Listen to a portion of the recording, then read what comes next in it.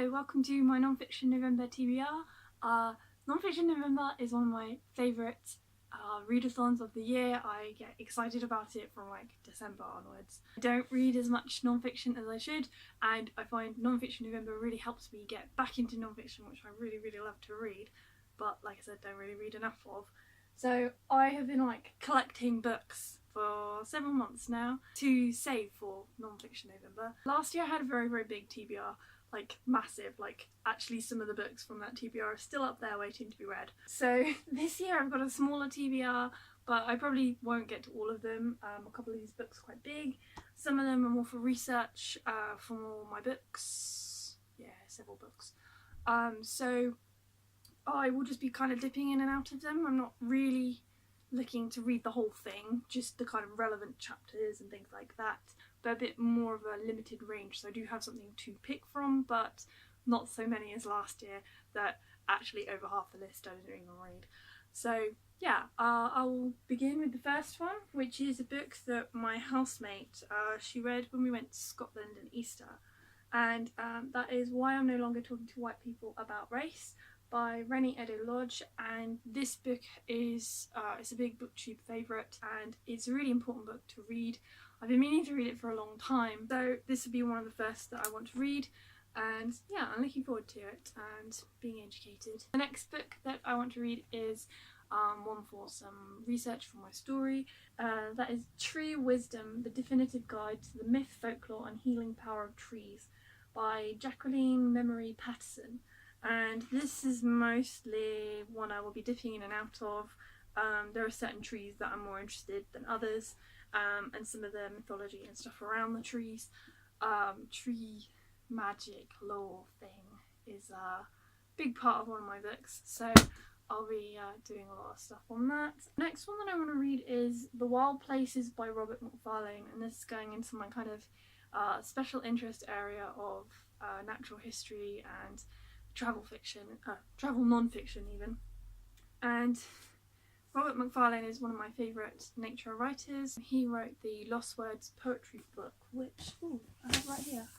This one. It's huge. He wrote the poems in this book, and he also wrote, what was it called? Landmarks, which is a kind of exploration of the different words that we use around the UK and around the world for nature. So this is one of his earlier books. I don't really know what it's about, except that it's kind of centred around the UK and Ireland. So I'm looking forward to that one and kind of, yeah, getting on with that one. The next one is one that I had on order at the library from like before it was published. So that is Journeys to the Other Side of the World by David Attenborough, The Further Adventures of a Young Naturalist. And this is a follow-up book to, what was it called? Adventures of a Young Naturalist by David Attenborough, which was his a compilation of his Zoo Quest diaries, and this is the next few years, I think. So I think he's in his kind of like late 20s, early 30s, and I love David Attenborough. He's so funny. You can really tell he's the age that he is in these books. They just read like the diaries of a young man having ridiculous adventures and a great sense of humour, and so much about animals and travel, and also the difference between how things used to be in that kind of era, with being able to just go into random countries and take animals for zoo collections, and how that is like not current. In the last book, I think David Attenborough had a little note in the back about that, and how things have changed for the better. So this I'm just really looking forward to. I'm the first person to have it at the library because I ordered it so early before they even had a copy. So this hasn't been read yet, which feels amazing to hold a library book that hasn't been read.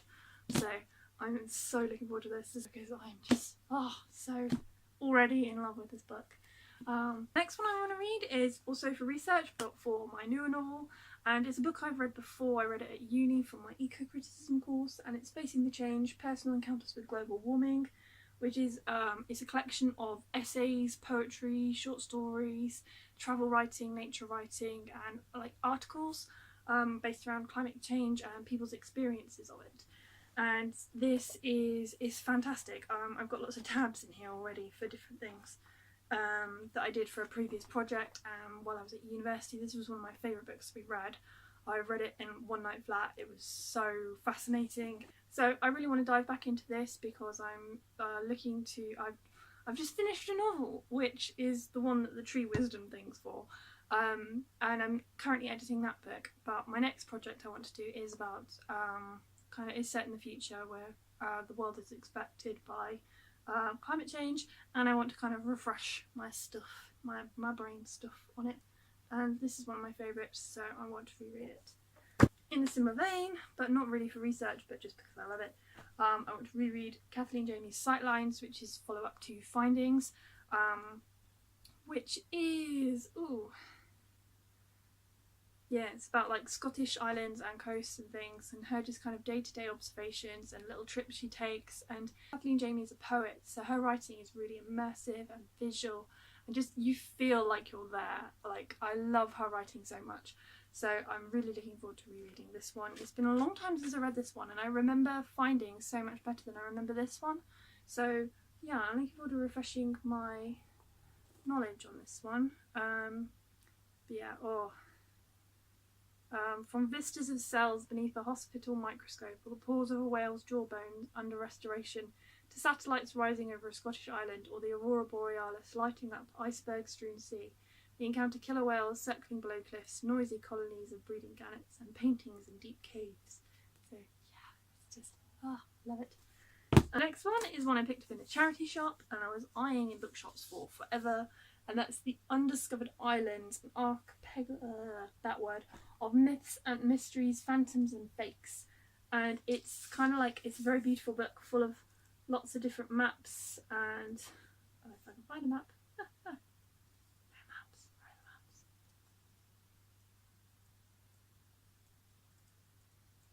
Okay, well that shows what I know. There's no maps in it. Why aren't there maps in it? Anyway, this is about undiscovered islands. So this is about islands that were once on maps and believed to be real but weren't real. And it's a kind of exploration of why and how myths kind of informed our view of the world through history, and how that has changed how we perceive the world as a whole, I think. I'm not very good at explaining books that I haven't read. But it looks very pretty, and I'm very interested in maps and cartography, and I'm really hoping this will kind of inform my own map making. So yeah, that one.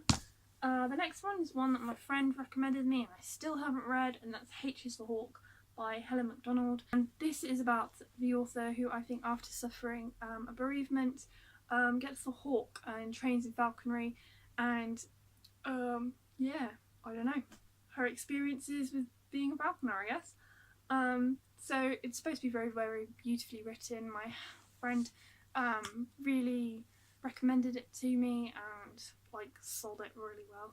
So I've been keen to read this one for a long time, and yeah, so I'm hoping I'll get to that one as well. The next one is another researchy one, and that is Stone Age Soundtracks: The Acoustic Archaeology of Ancient Sites by Paul Devereaux. And this is a really interesting book that I have dipped in and out of already, but I'd like to read a bit more comprehensively. It's an interesting book. I'm not sure it's very scientifically sound, but we will see. It's interesting nonetheless. So it links in with ley lines and acoustic archaeology, which what they do is they kind of use computer programs to look at ancient sites and the kind of frequencies that would be around them. I don't know, and kind of reconstructing these different things and looking at the acoustic significance of certain sites. Yeah, ones like this, and how music would have informed the past and prehistoric peoples. This is a really hard book to explain. I will talk more about this one after I've read it properly. Yeah. And the last one is one that I got around my birthday, and it was a present to myself, and that is How Does a Lighthouse Work by Roman Belyaev, I think. I'm not sure, I'm sorry. And this is a children's info picture book, and it's very, very beautiful, about how lighthouses work. And yeah, this one will be a very quick read. But I love lighthouses. This is also a vaguely researchy kind of a book. But yeah, I love lighthouses so much. But it's just so pretty as well. Like, I've been restraining myself from reading this book since I got it, because I know I'll read it very fast and I want to save it. I feel like non-fiction November is often very kind of restricted, or not really restricted, but a lot of people only really read adult non-fiction.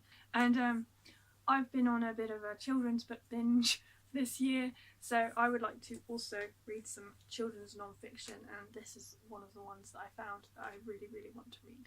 So yeah. So that is my TBR for non-fiction November. I'm really, really excited to get started, especially on David Attenborough. Let me know what you're reading, if you are doing a non-fiction November, and if you have any recommendations for me. And yeah, I'm so excited. Are you excited? So excited. That's all from me. Thank you for watching. Bye.